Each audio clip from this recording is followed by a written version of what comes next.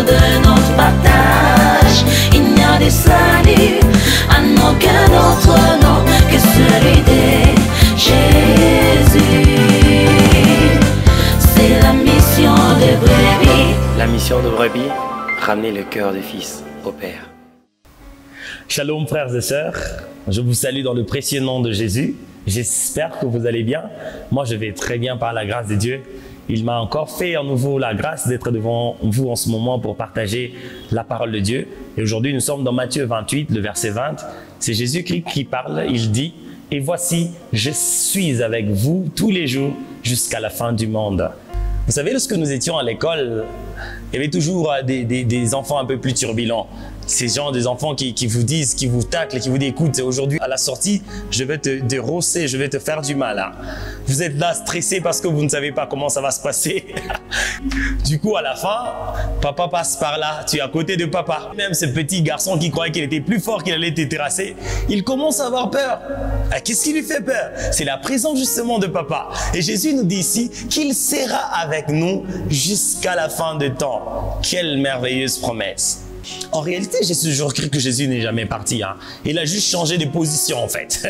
Il n'est peut-être pas là en ce moment avec nous physiquement, mais il a décidé d'habiter en nous.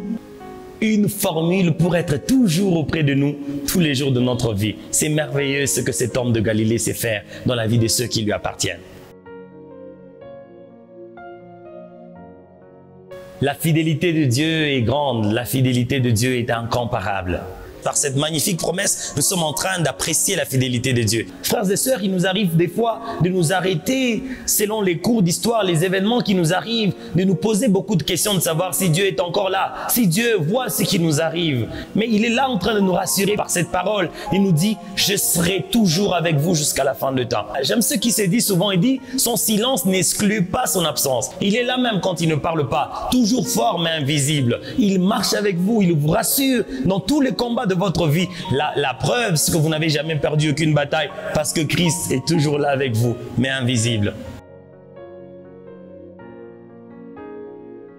Au commencement de l'évangile de Matthieu, Jésus-Christ s'est présenté comme Emmanuel, Dieu est avec nous. Le peuple l'ayant rejeté, il demeure Emmanuel pour ceux qui l'ont reçu. Mais en même temps, il donne aussi l'use de patience envers ceux qui ne l'ont pas reçu, jusqu'à ce qu'ils comprennent qu'il n'y a qu'un seul qui peut rester auprès de nous, plus que ceux qui sont autour de nous, les hommes que nous pouvons imaginer ou penser, Christ de Nazareth.